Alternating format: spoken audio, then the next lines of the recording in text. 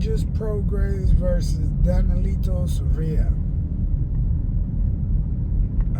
That was underwhelming fight.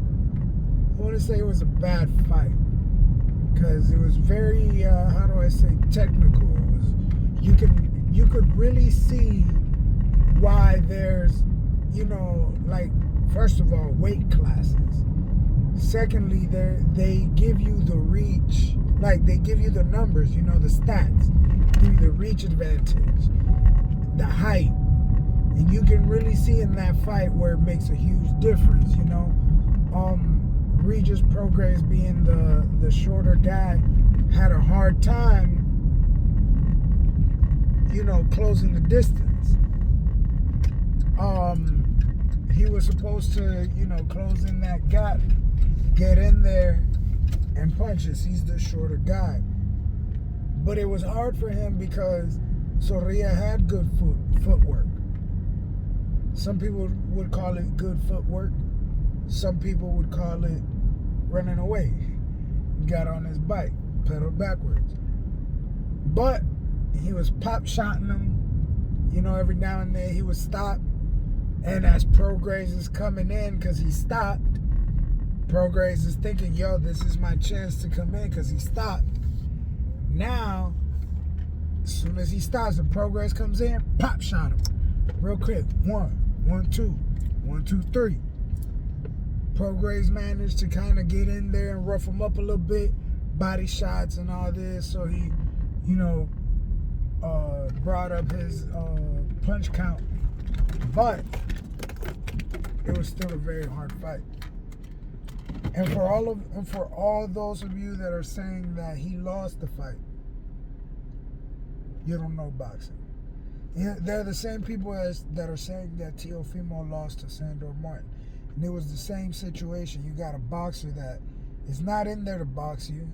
He's not in there to brawl with you. He's in there to run away from you, get away from you every chance that he can, and then whenever he gets a chance, throw 1, maybe 2 punches to get his points up. Which, to them, that's the best fight they could fight. Because the other option is getting dominated. Either getting dominated or getting knocked out. And nobody wants to get dominated or knocked out, and nobody wants that on their resume either. You know what I'm saying? So when it comes down to it, a normal loss looks better than a KO loss or TKO loss, and a split decision looks way better than a unanimous decision on your resume. So if you're gonna lose, you might as well get on the back pedal and just make it as safe for yourself as possible, So when it comes down to it, it was a good fight, but it was very technical. One guy getting away, there was a lot of dodging. I will give respect to Zorrilla. That dude dodged a lot. There was a lot of haymakers thrown at him that if they would have landed, they would have done damage. But he survived. He got through there. He didn't get the win. Regis kept the belts. Well deserved too.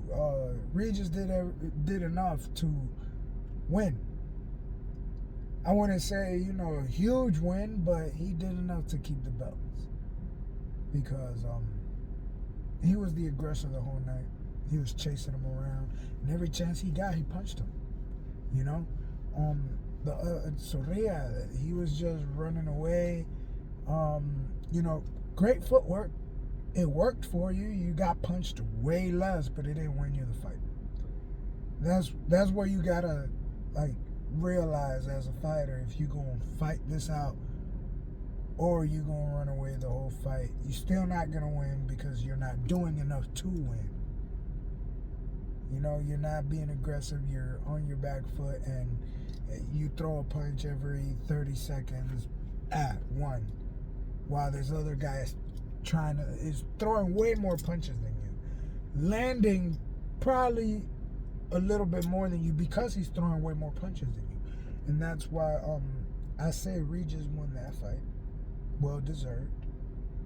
It was a bad fight nevertheless. It was like the Teofimo fight with Sandor Martin. You know, Sandor was on his back foot the whole time. He didn't want to get knocked out. He didn't want to get TKO'd. So, he was on his back foot running away the whole time. Same thing Zorrilla was doing. Same thing. They felt the power and got to running. So, I don't blame Regis or Teofimo for those type of fights. I condemn them for taking the fight and beating the guy that was running away the whole time. It was a hard-ass fight. So, shout out to Regis for that win.